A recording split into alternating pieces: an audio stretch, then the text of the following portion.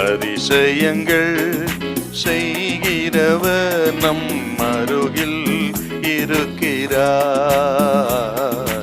அற்புதங்கள் செய்கிறவர் என்றும் நமக்குள் வசிக்கிறார். யோவான் எழுதின சுவிசேஷம் 6ஆம் அதிகாரம் 11வது வசனத்தை வாசிக்கும்படி அன்பா கேட்டுக்கொள்கிறேன். இயேசு அந்த அப்பங்களை எடுத்து ஸ்தோத்திரம் பண்ணி சீஷரிடத்தில் கொடுத்தார். சீஷர்கள் பந்தி இருந்தவர்களுக்கு கொடுத்தார்கள். அப்படியே மீன்களையும் அவர் எடுத்து அவர்களுக்கு வேண்டிய மட்டும் கொடுத்தார். ஆண்டவராக இயேசு கிறிஸ்து ஒரு விஷயம் தமது சீஷர்களோடு கூட பெத்சாய்தா என்று சொல்லப்பட்ட அந்த பகுதியில் இருந்த வனாந்தரமான இடத்துக்கு வந்தார். அந்த வனாந்தரமான இடத்துல இயேசு வந்திருக்கிறார் என்று கேள்விப்பட்டு திரளான ஜனங்கள் அங்கே கூடி வந்தார்கள். நீண்ட நேரம் ஆண்டவர் இயேசு உபதேசம் பண்ணினார். பின்பு அவர்களுக்கு ஆகாரம் கொடுக்கும்படி சீஷர்களுக்கு கட்டளை கொடுத்தார்.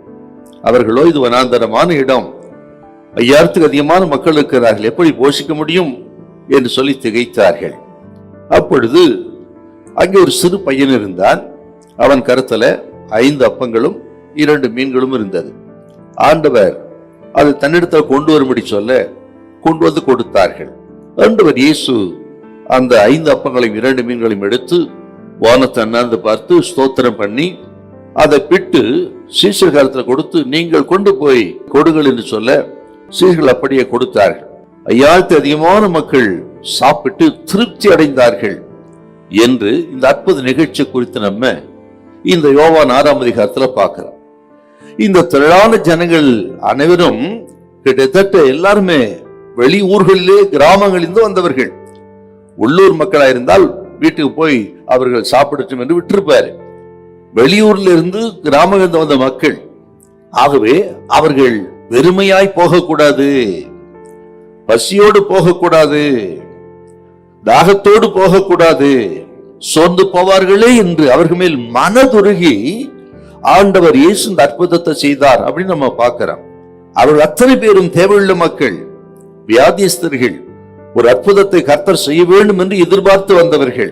அப்படி தேவையுள்ள பிரச்சனையோடு வந்த வியாதியோடு இருந்த அந்த மக்களுக்குத்தான் ஆண்டவர் அந்த இடத்துல உபதேசம் பண்ணினார். இந்த இடத்துல அவர்களை போஷித்தார் அப்படின்னு நம்ம பார்க்கிறோம். ஆண்டவரை தேடி வந்து விட்டால் அவர் யாரையும் வெறுமையாய் அனுப்ப மாட்டார். இதை கேட்கிற கர்த்தருடைய பிள்ளைகளே, நீங்களும் சில தேவையோடு இருக்கலாம். ஆண்டவருக்கு ஒரு அற்புதம் செய்தால் தான் எனக்கு வாழ்க்கை, இங்க ஒரு கடைசி நேரத்தில் கூட இருக்கலாம். நீங்க பலவிதமான வெளியே சொல்ல முடியாத வேதனைகளோடு கூட நீங்க இதை கேட்டுக்கொண்டிருக்கலாம்.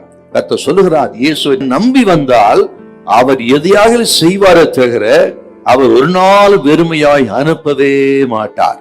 நீங்கள் வெறுமையாய் போக மாட்டீங்க. உங்களை ஆசீர்வதித்து நிரப்பி ஒரு அற்புதத்தை செய்து கனம் பண்ணுவார் இயேசு. ஹல்லேலூயா, ஹல்லேலூயா.